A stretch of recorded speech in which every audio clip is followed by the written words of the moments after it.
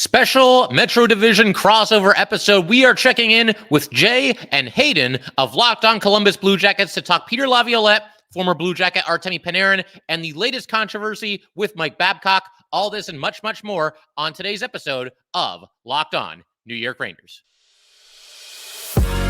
You're Locked On the New York Rangers, your daily podcast on the New York Rangers. Part of the Locked On Podcast Network, your team every day.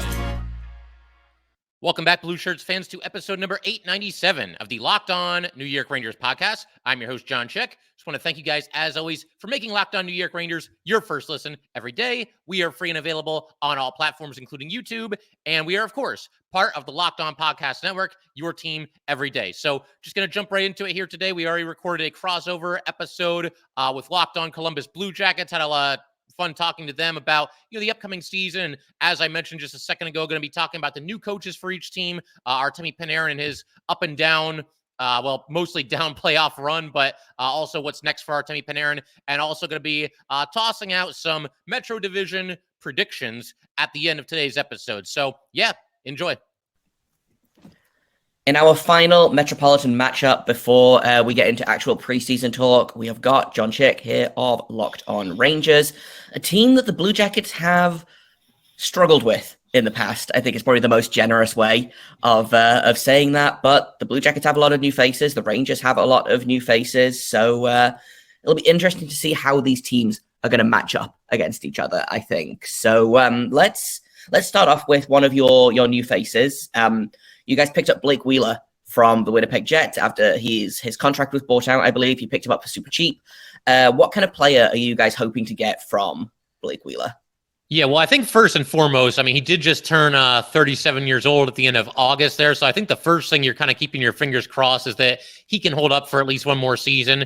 The encouraging thing there is he's coming off of a solid showing with the Jets this past year, kind of a so-so middle-of-the-road Jets team. I want to say like 55 points this past season, and performed well in the playoffs as well. Had, I think like 6 points in 5 games, something along those lines.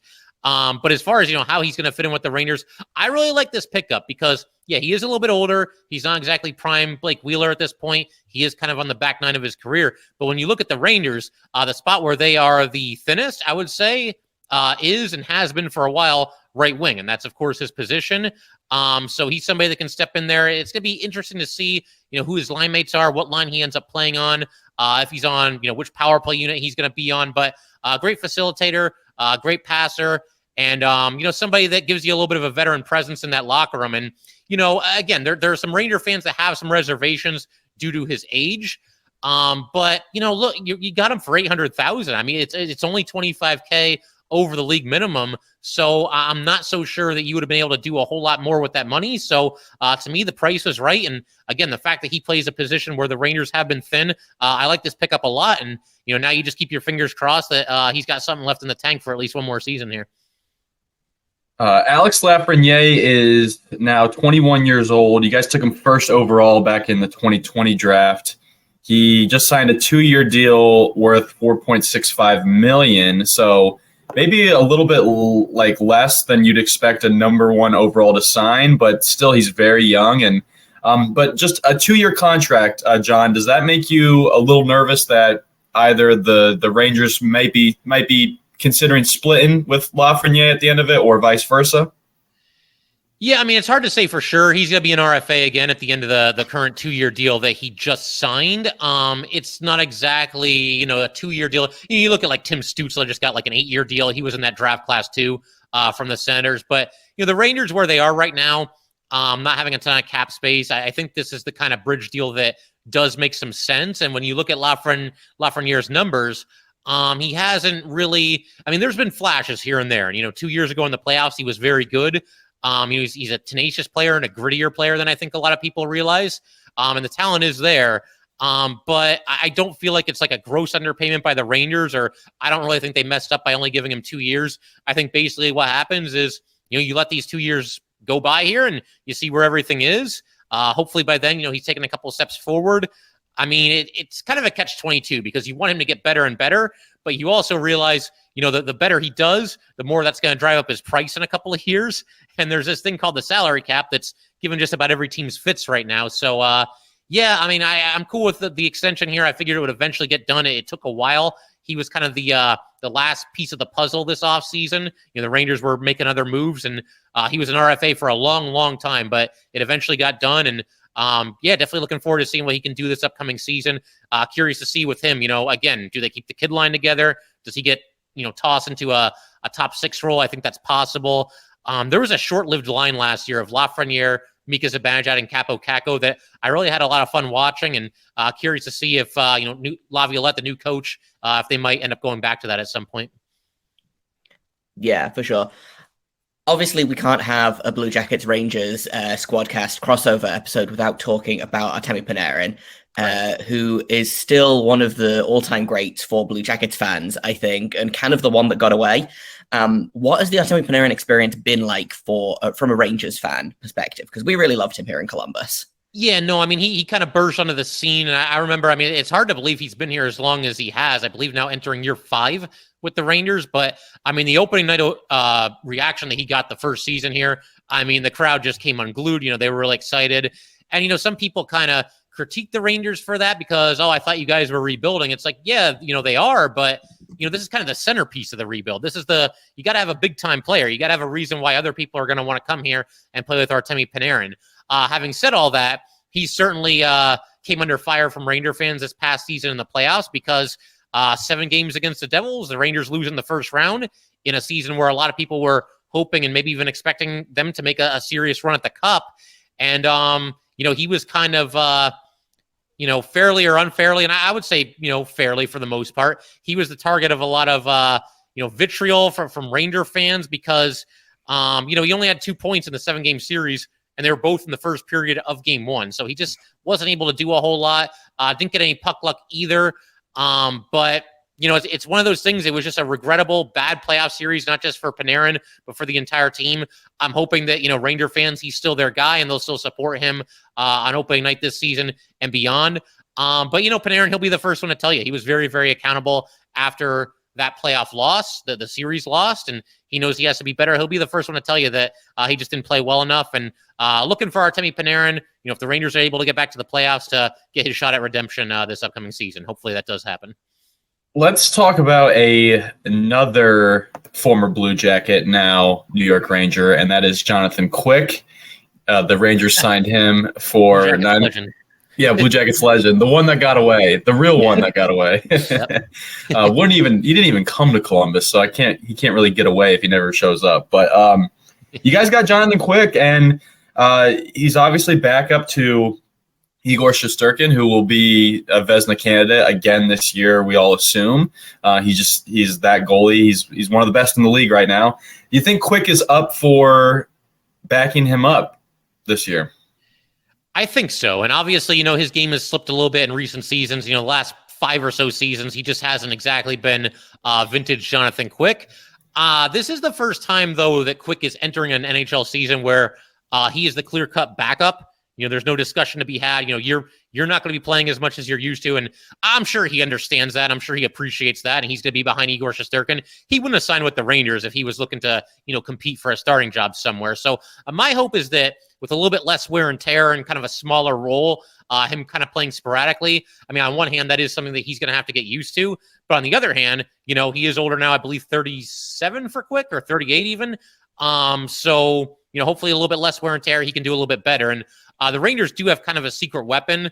Their goalie coach, Benoit Allaire, he has worked wonders with everybody from Henrik Lundqvist to Igor Shesterkin to even guys like Antti Ranta, Cam Talbot. And now he gets kind of a reclamation project in Jonathan Quick. So I'm curious to see if he can pull that off, if he can kind of help a veteran kind of turn back the clock a couple of years. So I'm good with it. The Rangers had to save money in certain places, and backup goalie was always going to be one of them. And if anything happens to Igor, like in the playoffs, knock on wood, I'll take my chances with Jonathan Quick, who's got all this playoff success over, just like a random backup goalie from around the league. Yeah, I feel like Igor Shesterkin is going to be playing a lot this season. There's no point going out and spending a ton of money on a guy that will probably start, 20, 25 games, maybe. Yeah.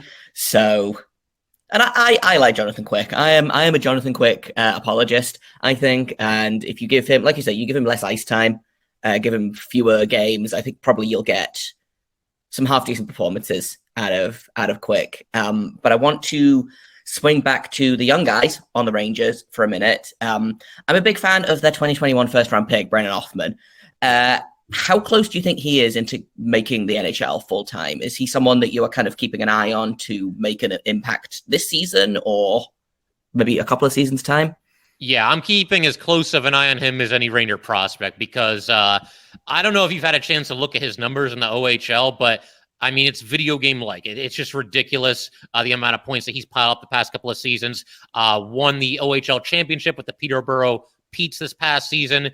And, it's not just the offense of the points and everything. The guy's a wrecking ball out there. I mean, he lays some big-time hits on people. So he's somebody that just looks to be the total package. As far as him, and he's actually going to be competing in the Rangers-Flyers rookie camp in a couple of days here.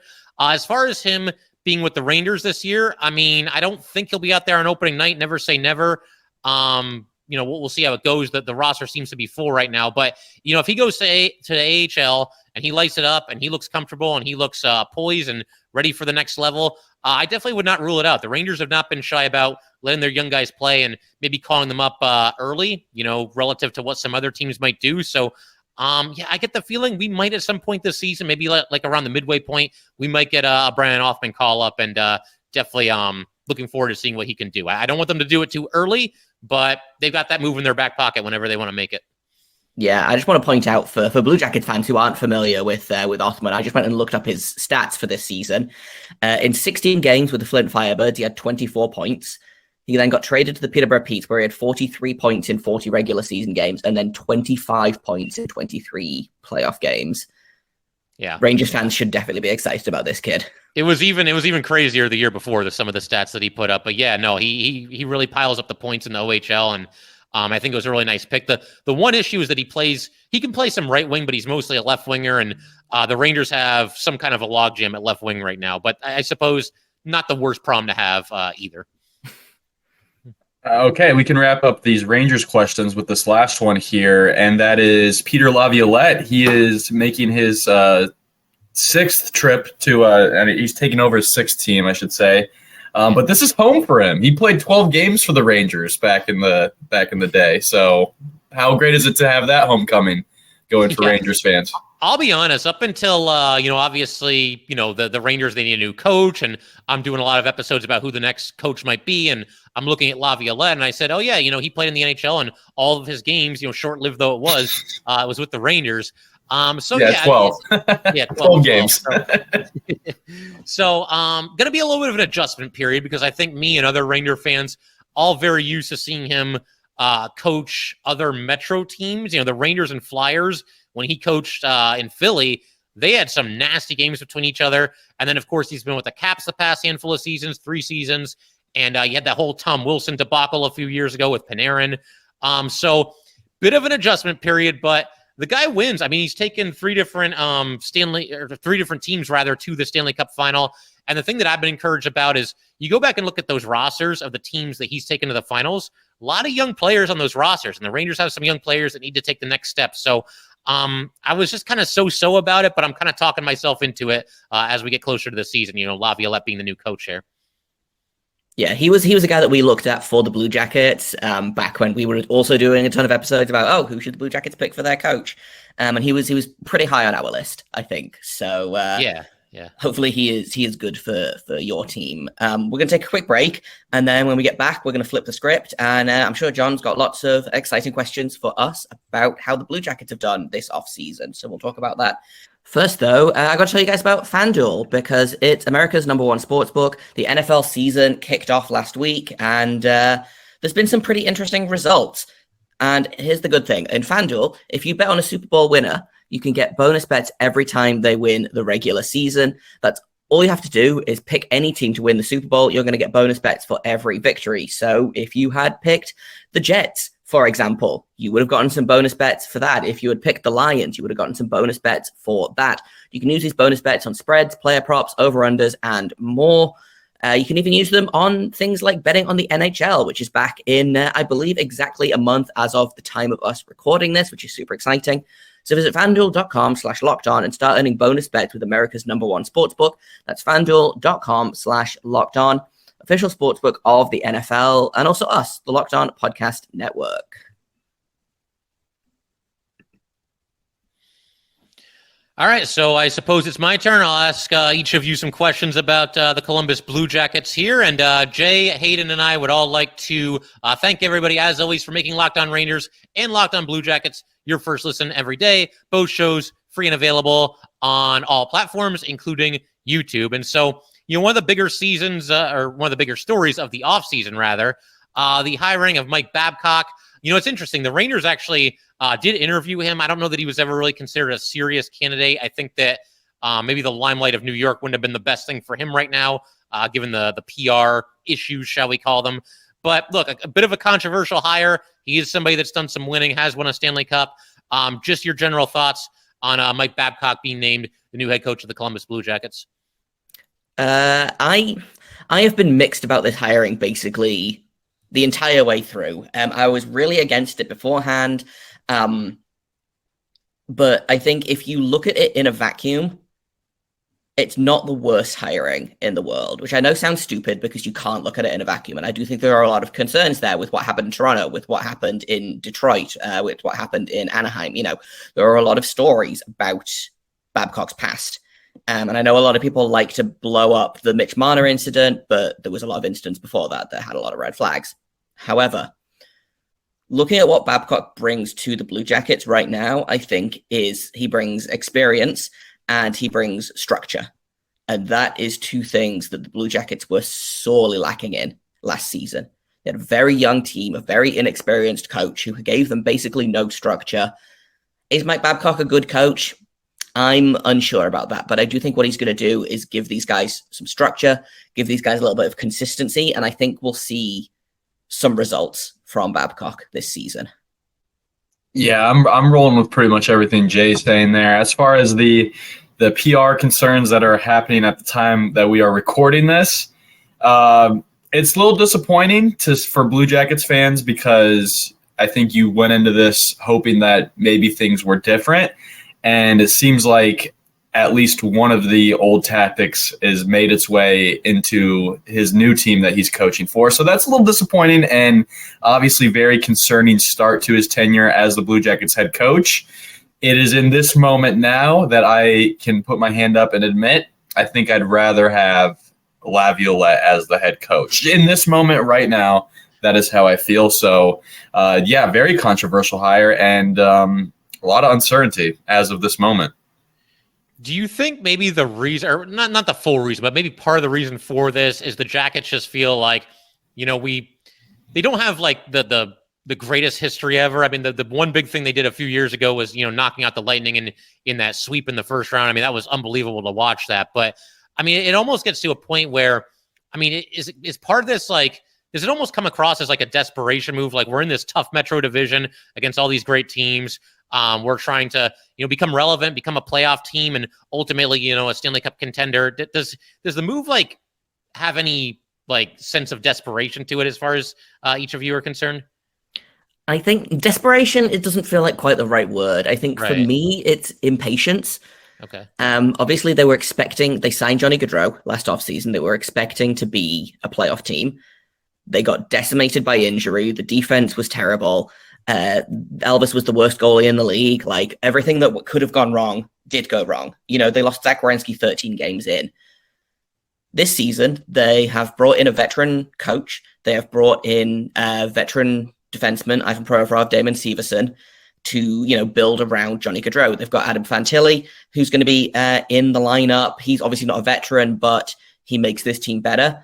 And so I think it was a case of impatience in terms of, I think Yarmo maybe is getting a little worried about his job. Because like you said, the only kind of real impact they've made in the 23 years they've existed has been that sweep of the Lightning.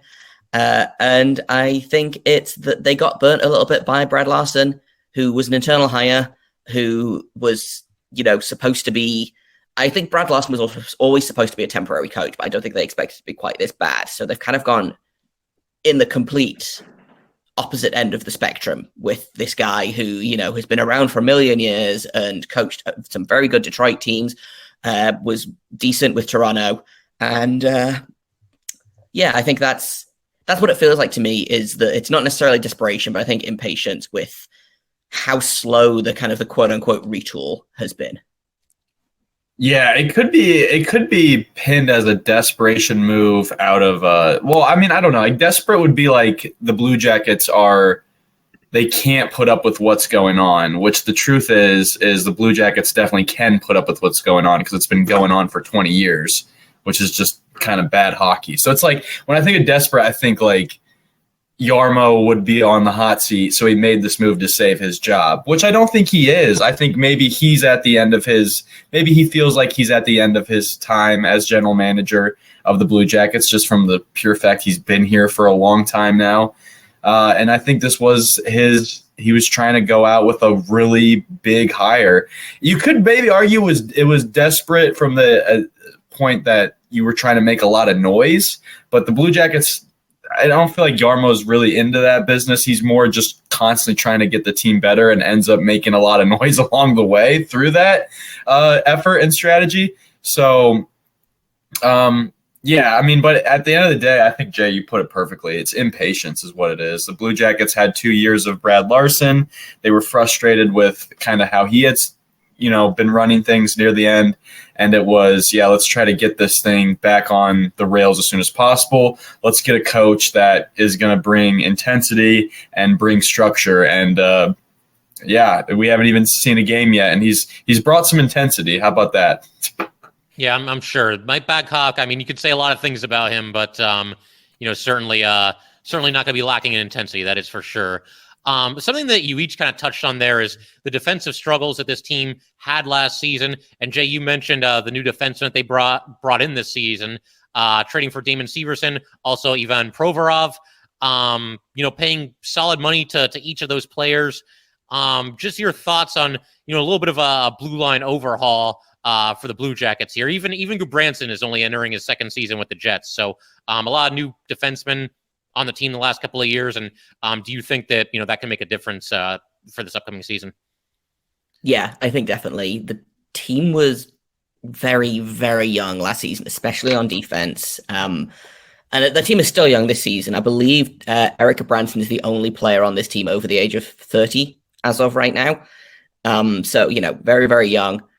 Bringing in guys like Severson, guys like Provorov, it gives them a little bit more stability on the blue line. It means that Zach Werenski is not going to have to play 30 minutes a night, which is, something that he has a tendency to do, as all number one defensemen do.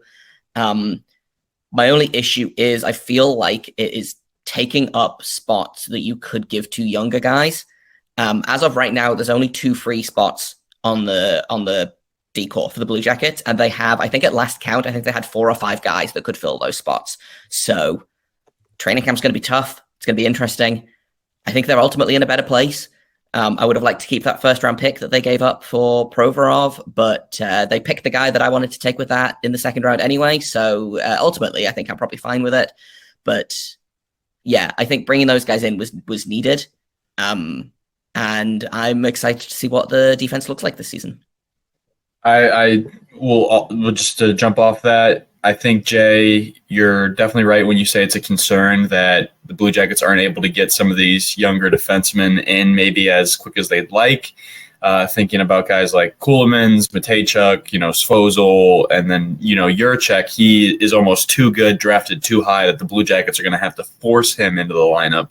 But that's a good problem to have, though. I think the Blue Jackets had the complete opposite issue last year, where they just had no defensemen, no able bodies. All their veteran defensemen were just gone. Zach Werenski was hurt, so that was hard. And then Gavrikov got traded near the end of the year, so that was tough. So this is a complete better situation for the Jackets.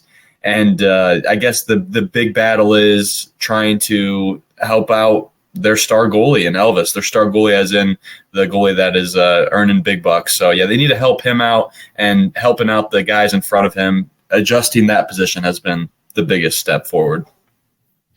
Yeah, and I figured we can, wrap up this part of the episode with this question. I always like asking this question, even during the season. I'll throw this out from time to time. But anybody on this team that, maybe isn't a household name, maybe the Ranger, listeners of this aren't necessarily familiar with, but anybody that fits that description that you think could maybe have kind of like a breakout season for the Blue Jackets this season, or, at least take a couple of steps forward? Hayden, why don't you go first with this one? Because I need to think about this. Yeah. There's a couple guys that I think could make some noise. One of them, and this is, I'm giving this advice not because I think he's going to be the next star, but I'm just taking your question as if it's a fantasy hockey question. So if you have a chance to draft Kirill Marchenko in your fantasy hockey draft, I would do it. This dude, he almost is good for like a goal a night, it feels like. Like for his rookie season, he did really, really well. And I expect that trend to continue. He joined midway through his first NHL game was in December last year. And so he's going to have a full off season of work here, full off season getting ready with the team. And he's just that fun kind of, I don't know, something about the Russian hockey players sometimes. They're so fun for a soundbite. And Panarin was always goofy like that. It was always hitting like little dance moves after the game and stuff. And Marchenko kind of brings that similar energy. So I'm filling my Panarin hole with Marchenko. So there you go. He's the guy. Yeah. Awesome. I will go with another guy who had a very good rookie season. I think Kent Johnson was really great for the Blue Jackets this season, and I think he's going to be even better next season. This kid is made entirely out of like confidence and trick shot. He is surprisingly good. His underlying stats, he's not just all offense. He has turned into quite a good playmaker. His two-way game has improved throughout his rookie season. So he's definitely a guy that I'm looking at to take another step forward. He's probably going to be in the top 6 this season. I think he probably projects as more of a winger than a center, which is where they drafted him. But he's a kid that we've been calling him box office on Locked on Blue Jackets, just because he is a player that people will buy tickets to go and see Kent Johnson play, I think, in the next maybe 2 seasons maximum. Yeah, I think I remember hearing you talk about him. Maybe I was watching one of your other episodes, or it might have been when we were doing a crossover in the past, Jay. But I will definitely be keeping an eye on Kent Johnson this season. That is for sure. Let's take another quick break, and then when we get back, what we'll do is we'll do some predictions. So we'll talk about who the MVP is going to be for the Rangers, who's the MVP going to be for the Blue Jackets, who's going to win the Stanley Cup, that kind of thing. We'll do that in a second on this crossover edition of Locked on Blue Jackets and Locked on New York Rangers.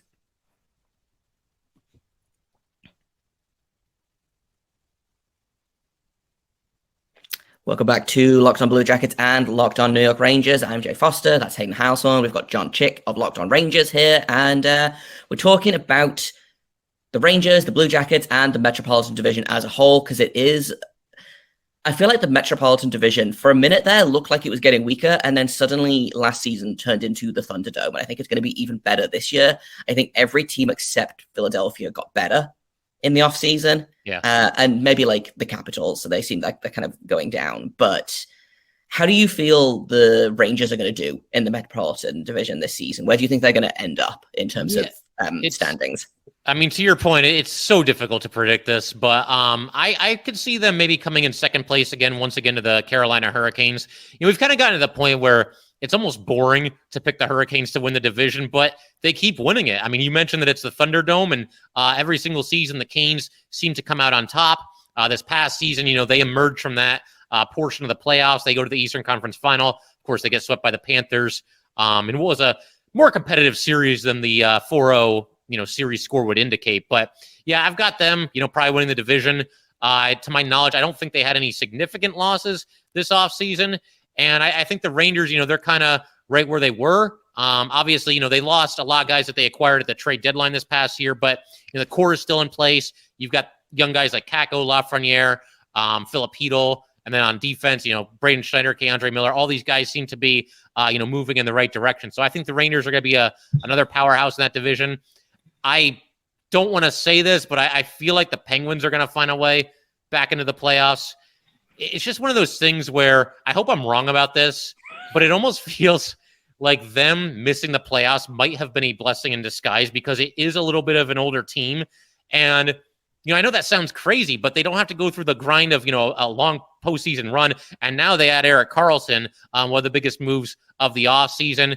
And you got to think that they're in a similar situation that maybe Boston was in this past year, where they know they're running out of chances. This could be like an empty the tank kind of a season for the Penguins. So I would not be surprised if they do better. The Devils, I think they'll be back in the mix. And honestly, the Blue Jackets, with all the injuries they had last year, and I think they've now upgraded at coach, controversial though Babcock might be. I could see them certainly moving up the ranks a little bit and possibly making a run at the playoffs. But those are just kind of some general thoughts. How about each of you? I mean, how do you see this whole thing shaking out here? Yeah, we're kind of sitting in the same boat, I think. We've been talking a lot about, we think that there are probably going to be 5 teams from the Metro that make the playoffs. I think they're going to get both the wild card spots. The Penguins, I can't figure out. The Penguins are either going to be really, really good this season, or I think they're going to be disappointing to a lot of people, and I can't figure out which way it goes. I wouldn't be surprised to see the Penguins, the Islanders, and the Blue Jackets fighting it out for those 2 wildcard spots. But I think Hayden agrees with me here. I think it's pretty clear that the top 3 teams are going to be the Devils, the Hurricanes, and the Rangers. Yeah, I think the Rangers did enough to kind of establish themselves as in that mix with the Hurricanes and Devils. It still feels like just that those teams are based off their age a step ahead of the Rangers, but the Rangers went 7 games with the Devils last year. So you can't count out Igor Shesterkin. Yeah, you can't count out. You would be a fool to be like, no, the Rangers are going to be bad this season, because I feel like Igor Shesterkin can carry this team through, much like Henrik Lundqvist did for like 15 seasons. I think, and even so, similar things from Shesterkin. At times, I think there's kind of an over-reliance, both with Lundqvist, back in the day, and now with Igor Shesterkin. I think there's times, they haven't done it as much in recent seasons now that they've improved, but for a while there, it just kind of felt like, whatever, they'll make the save. We're good, they'll stay on their head. It's fine. Yeah, you can't do that every night, man. You got to help you out your goalie every now and then. But I'm with you. Igor Shesterkin, big-time X factor for this team, and it's the same thing with him as it was with Henrik Lundqvist, for all those years. When and if the Rangers make the playoffs, you always feel like you got a shot to beat anybody you're playing because of your goalie. And I don't think the importance of that can be understated. So, yeah, man, just been a pleasure to watch Igor Shesterkin these last handful of seasons here. I didn't mean to say that the Rangers were old, by the way, because they're really not. With, Lafreniere, Kakko, Keandre Miller, like they have so much young talent. It's just, I think they've been rebuilding. They've, like you said, this is Panarin's 5th year, and the Devils we didn't expect them to be good last year. So we think kind of the Devils are the next up team, but really the Rangers are kind of there step for step, and then getting Nick Bonino this year and Blake Wheeler. I think if for those who are looking for good odds, the Rangers might be a sneaky good pick to win this division, because eventually the Canes are going to lose it. The Canes can't win it forever. But. Yeah, that is true. It's funny, the Rangers, their average age has gone up pretty significantly this offseason, but I think that's misleading because, as we've been talking about, they had Blake Wheeler. He's on a 1-year deal. He's older. They had Jonathan Quick, 1-year deal. He's older. Nick Bonino is like 35 now, I think. So, that's a little bit misleading. Yeah, the average age has gone up, but the core is still, relatively young. But actually, a question I want to ask both of you. So to your point, we've all kind of hit on this a little bit here in today's episode, but 2 years ago, the Rangers come out of nowhere. They're 2 wins away from going to the final. They really surprised everybody that year. And this past year, it's the Devils. They were moving in the right direction, but I don't think anybody was ready for what they did. Can the Blue Jackets be that team this year? Is there any reason for that much optimism where they can just shock everybody and, really make a run and be a firm playoff team this year? I think it's unlikely. But I don't think it's impossible. We've seen before, we were just talking about Jonathan Quick. The LA Kings in, I want to say 2012, were the 8th seed in the West. So they snuck in by like the skin of their teeth and then just took off.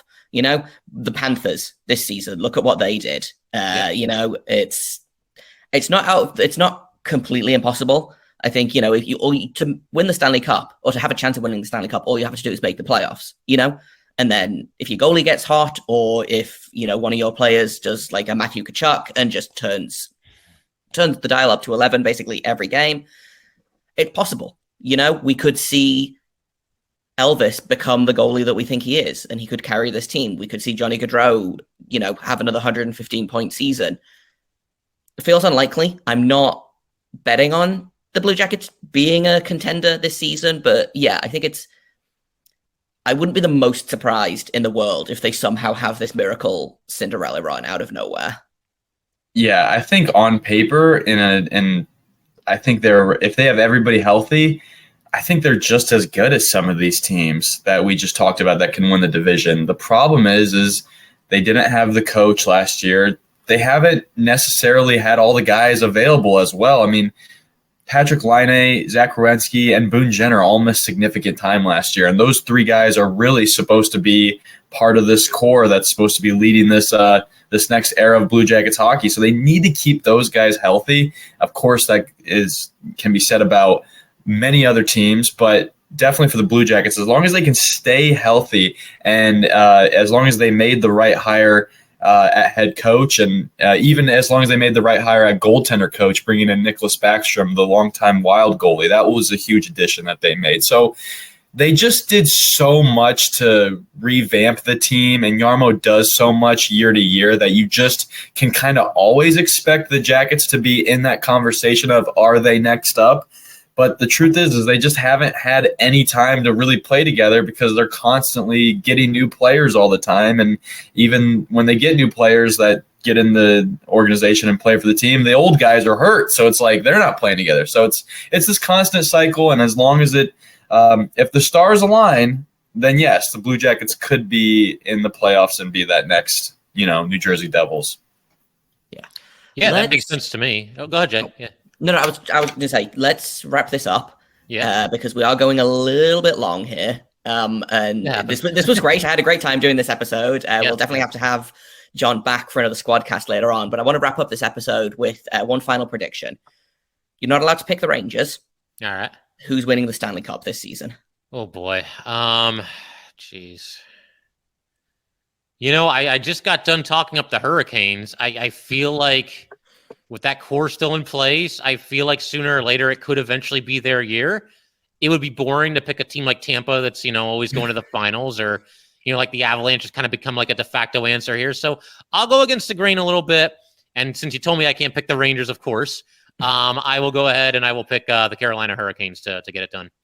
Yeah, well, we're not allowed to pick the Blue Jackets for this, so it seems only fair. Fair enough. What do you got? Rangers, right? Gotta be Rangers. No. Yeah, obviously.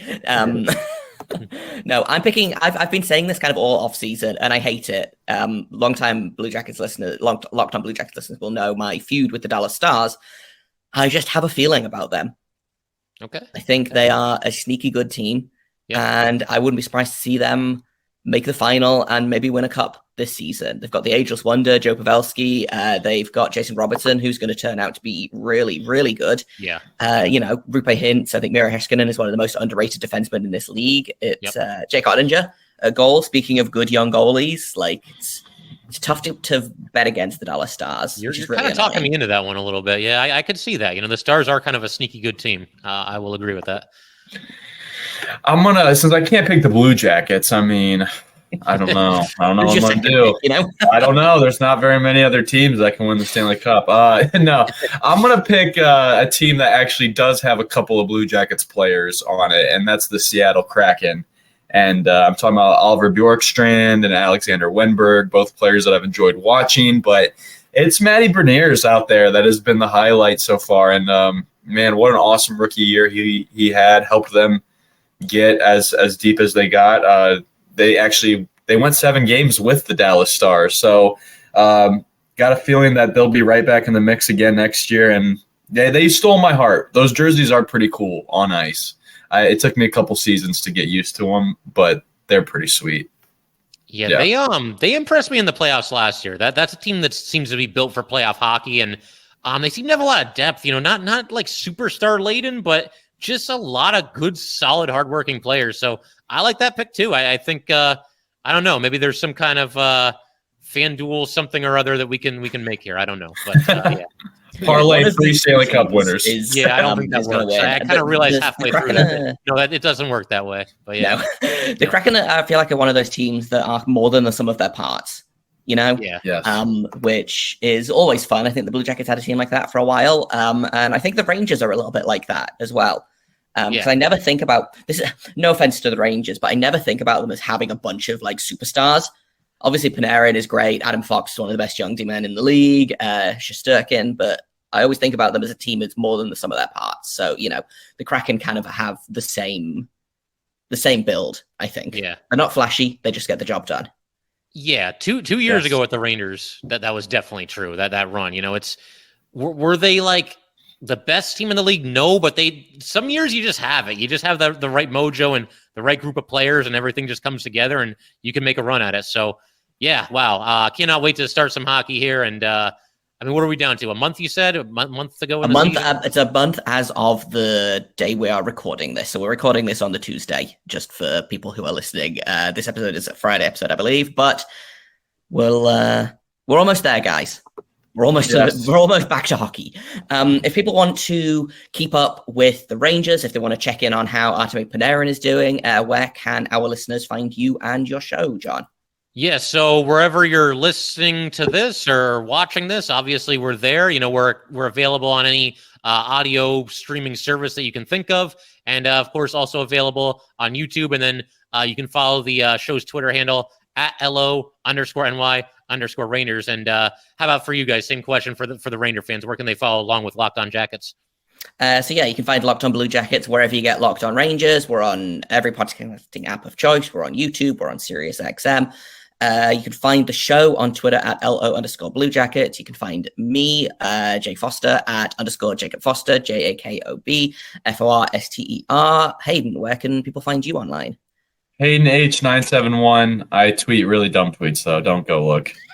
Don't go there. Hayden is a Detroit Lions fan and can't be held responsible for any of his tweets during football season. Fair enough. Now I'm going to go dig up all these tweets and don't do it. Thanks for coming to hang out, John. We'll have to do this again when the Blue Jackets and the Rangers face off in the regular season. Absolutely. Looking forward to it. All right, so big thanks to both Jay and Hayden from Locked On Columbus Blue Jackets teaming up for this special Metro Division crossover episode. Big thanks to you guys as well for checking out the Locked On New York Rangers podcast, your team every day. If you'd like to get in touch with this podcast, please send an email to lockedonnyrangers@gmail.com. Once again, that is lockedonnyrangers@gmail.com. Definitely give us a follow on Twitter as well at LO_NY_Rangers. Once again, that's at LO_NY_Rangers. And also definitely subscribe to Locked On New York Rangers YouTube channel. Thanks again, guys. We will see you next time.